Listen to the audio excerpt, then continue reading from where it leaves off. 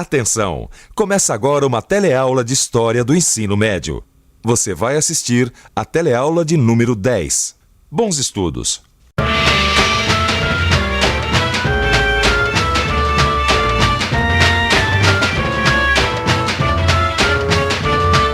Desemprego altíssimo, milhares de lavradores sem terra, enorme desigualdade social e má distribuição de renda. Você sabe de onde é essa história? Essa história é do final da República em Roma e um dos temas desta teleaula. Nessa teleaula, você vai ver a crise da República Romana e o surgimento do Império. Vai também conhecer a grandeza e decadência da civilização de Roma.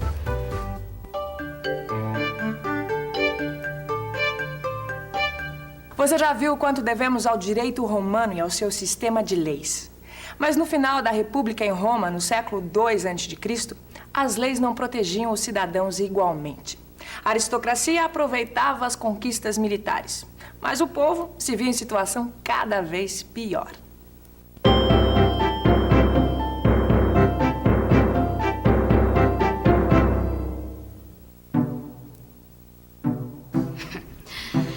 Colega nova. E colega o quê? Ué, não tá desempregado que nem a gente? Tá perdido. Tá. Tive que vender minhas terras para pagar umas dívidas e agora... Agora virou um colega desse monte de desempregado e mendigo de Roma. É, mas se pelo menos o Partido Popular fizesse alguma coisa pela gente. Mas não, o Partido Senatorial manda em tudo.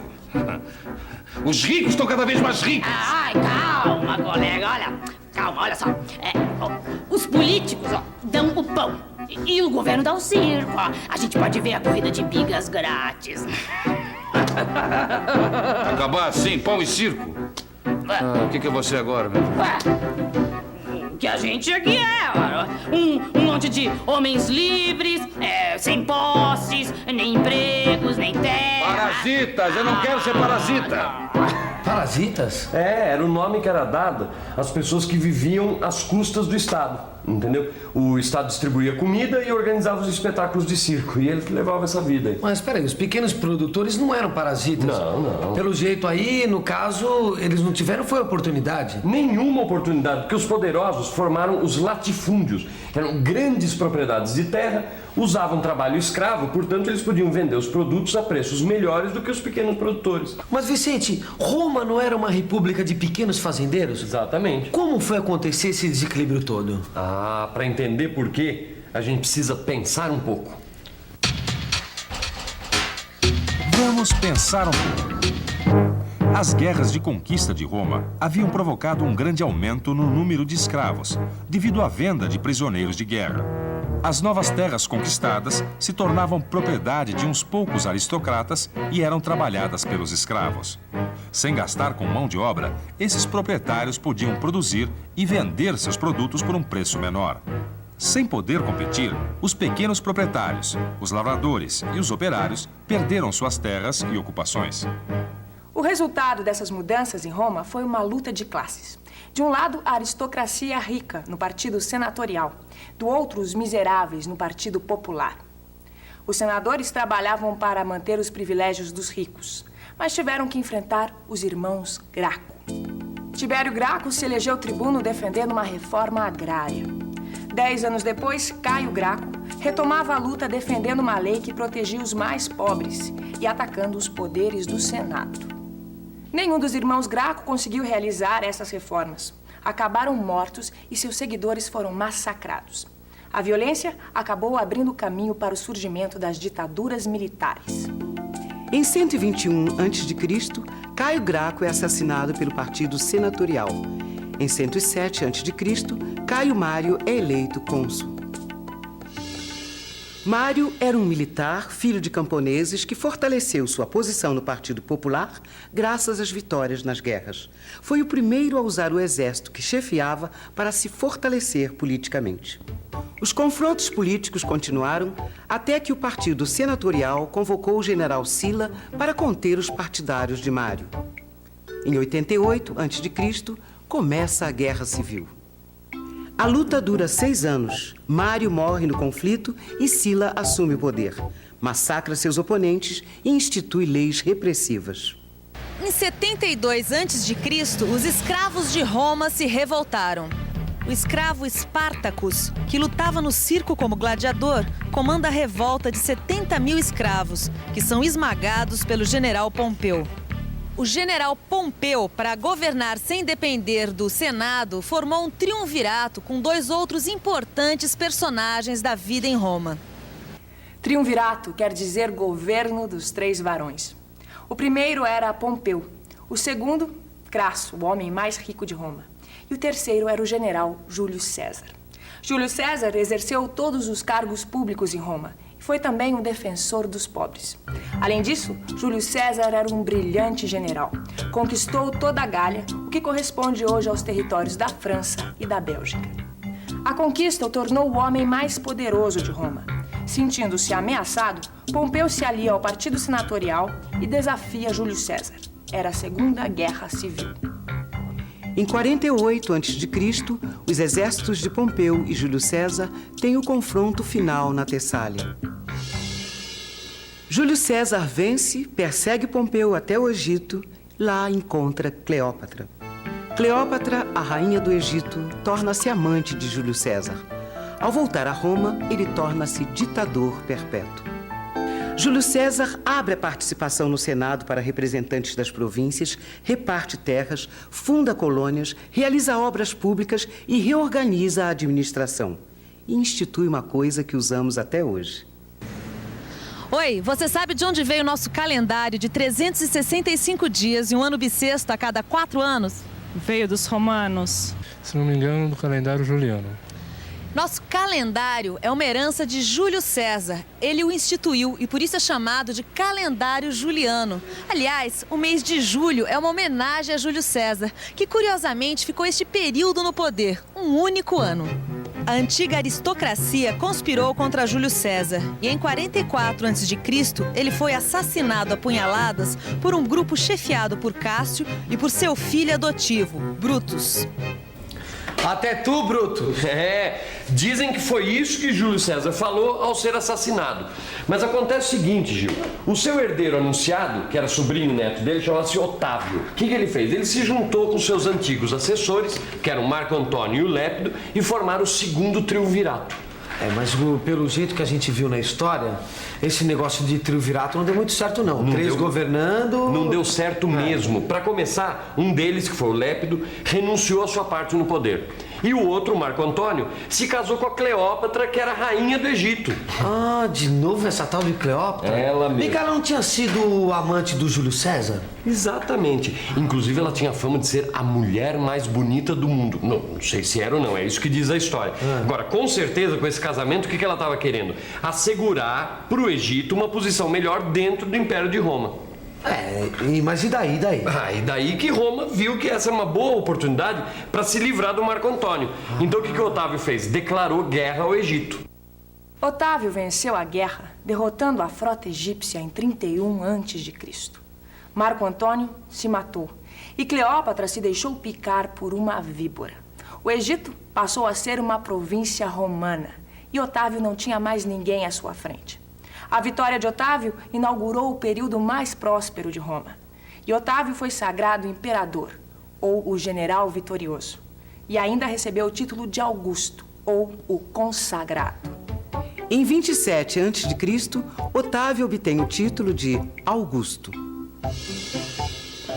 Começa uma nova fase na história de Roma, em que todo o poder fica nas mãos de um único homem. Começa o Império, que dura 500 anos, período em que Roma atinge o seu apogeu. As conquistas territoriais atingem o máximo. A literatura tem criações geniais de Horácio, Virgílio e Ovídio. Sêneca se destaca na filosofia. Na medicina, Celso escreve um manual de cirurgia que incluía técnicas de extração das amígdalas, operações de catarata e cirurgia plástica. Nas artes, imitavam os gregos. Mas a grande marca romana foi a arquitetura. Olha, Vicente, olha como era a cidade antigamente. Se bem que os cristãos não deviam gostar muito de Roma Imperial, hein? Bom, também do jeito que eles eram perseguidos, não podiam gostar mesmo, né? Sabe o que eu acho estranho, Vicente? É o seguinte, os romanos, eles tinham uma tradição de serem respeitadores das religiões. Por que perseguiram justamente os cristãos? Olha, Gil, o cristianismo chegou em Roma mais ou menos uns 30 anos depois da morte de Cristo. Né? E durante algum tempo, os cristãos tinham que usar as catacumbas, ó, que nós estamos vendo aqui, para se encontrarem, porque eles eram perseguidos por alguns imperadores. Os cristãos eram perseguidos porque se recusavam a adorar o imperador, a participar das solenidades e a prestar serviço militar. E eles chegaram a ser jogados às feras no Coliseu como diversão pública, não Exatamente. é isso?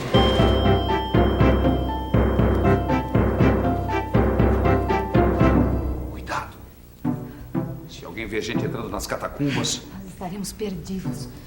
Tudo que acontece de ruim em Roma culpam a gente. É. Até de incendiar a cidade nós já fomos acusados. O pior é que a nossa reunião hoje será menor. Sabe que ontem pegaram vários dos nossos. Ok, e agora? Agora provavelmente serão jogados às feras no próximo espetáculo do Coliseu. Já posso até ver aquela multidão de mais de 50 mil pessoas achando divertido ver os cristãos jogados aos leões.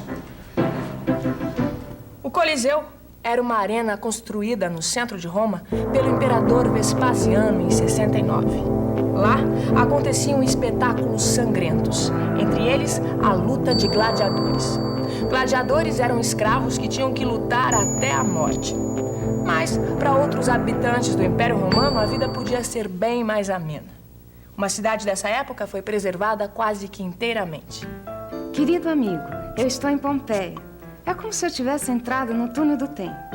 Tempo que parou no ano 79, quando a erupção do vulcão Vesúvio preservou a vida como ela era, numa cidade próspera do Império Romano.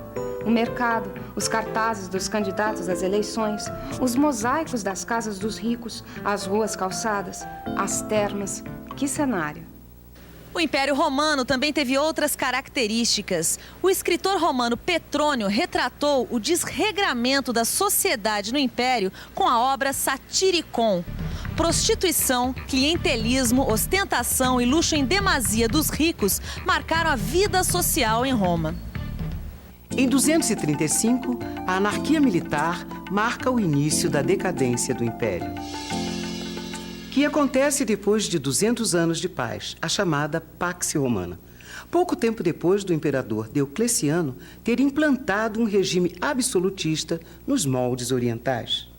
Anarquia militar, guerras, miséria, burocracia, uma corte de parasitas, crise no comércio e na indústria, a peste trazida pelos soldados que voltavam do Oriente, ameaça de invasões de tribos bárbaras. A insegurança leva os romanos a darem atenção aos que pregavam a salvação pessoal. E o cristianismo acaba por triunfar. Em 313, o imperador Constantino dá liberdade ao culto cristão. Em 330, o cristianismo torna-se religião oficial. Mas, Vicente, a essa altura o Império já estava sendo invadido? Estava sendo invadido pelos bárbaros. Tinham tribos asiáticas como os hunos e germânicas como os visigodos, os vândalos, que já estavam invadindo e saqueando o Império. E foi aí que o Império Romano do Ocidente desmoronou. Em 476, um chefe bárbaro se proclama rei de Roma. O fim da glória romana é devido em parte ao imperialismo, ao custo de manter uma máquina militar tão grande, à corrupção política e ao desmantelamento do comércio. No final, a inflação era tanta que o dinheiro praticamente sumiu de circulação, já que não valia mais nada. As cidades estavam cheias de miseráveis, enquanto os grandes proprietários se entrincheiravam com seus escravos em suas propriedades. Uma história que vale a pena revisar. E atenção, se liga aí que é hora da revisão. Na teleaula de hoje, você viu que as desigualdades sociais provocaram uma crise na República Romana, o que levou mais de uma vez à Guerra Civil, e que o Partido Senatorial impedia reformas propostas pelo Partido Popular. Viu que o general Júlio César vence seus oponentes e implanta reformas populares, e que é assassinado por membros da aristocracia. Aprendeu que seu sucessor dá início ao Império, que dura 500 anos, e que nesse período Roma atinge o auge. Viu também que o Império Romano cai devido a seus vícios internos e às invasões dos povos bárbaros. A parte oriental do Império Romano duraria 1000 anos. Na parte ocidental, as cidades perdem totalmente a sua importância. O comércio se reduz ao mínimo e a economia torna-se essencialmente agrícola e fechada. Mas isso já é assunto para outra teleaula. Até lá!